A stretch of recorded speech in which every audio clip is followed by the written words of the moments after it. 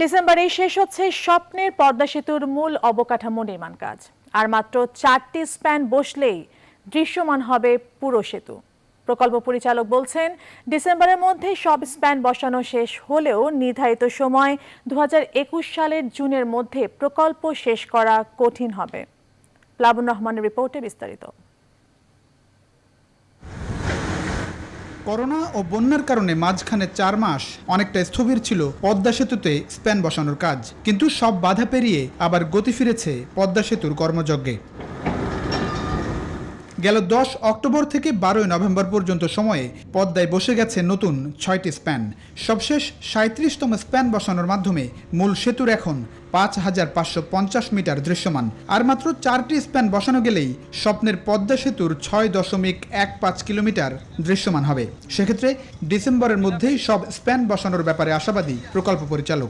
স্প্যানের কাজও আমাদের গত জুন মাসের মধ্যে শেষ করার কথা ছিল, করোনার জন্য আমরা শেষ করতে পারি নাই। এখন আমাদের পুনর্নির্ধারিত টার্গেট হচ্ছে ডিসেম্বর 2020-এর মধ্যে সবগুলো স্প্যান বসানো। পদ্মা সেতুতে 42টি খুঁটির উপর বসছে 41টি স্প্যান।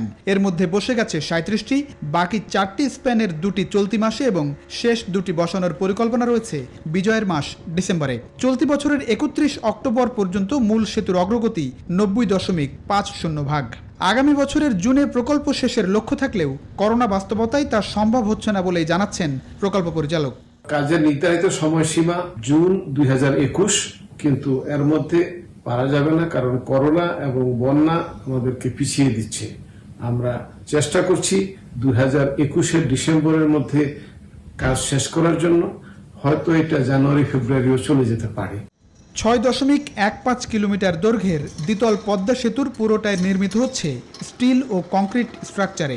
যে সেতুর ওপরে থাকবে কংক্রিটিং ঢালাইয়ের 4 লেনের মহাসড়ক, আর নিচ দিয়ে যাবে রেল লাইন।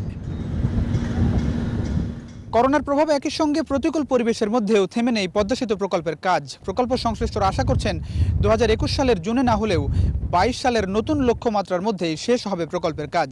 তারপরও তাকিয়ে থাকতে হচ্ছে করোনা পরিস্থিতির উন্নতির উপর। প্লাবন রহমান, নিউজ 24, পদ্মা সেতু প্রকল্প, জাজিরা, শরীয়তপুর।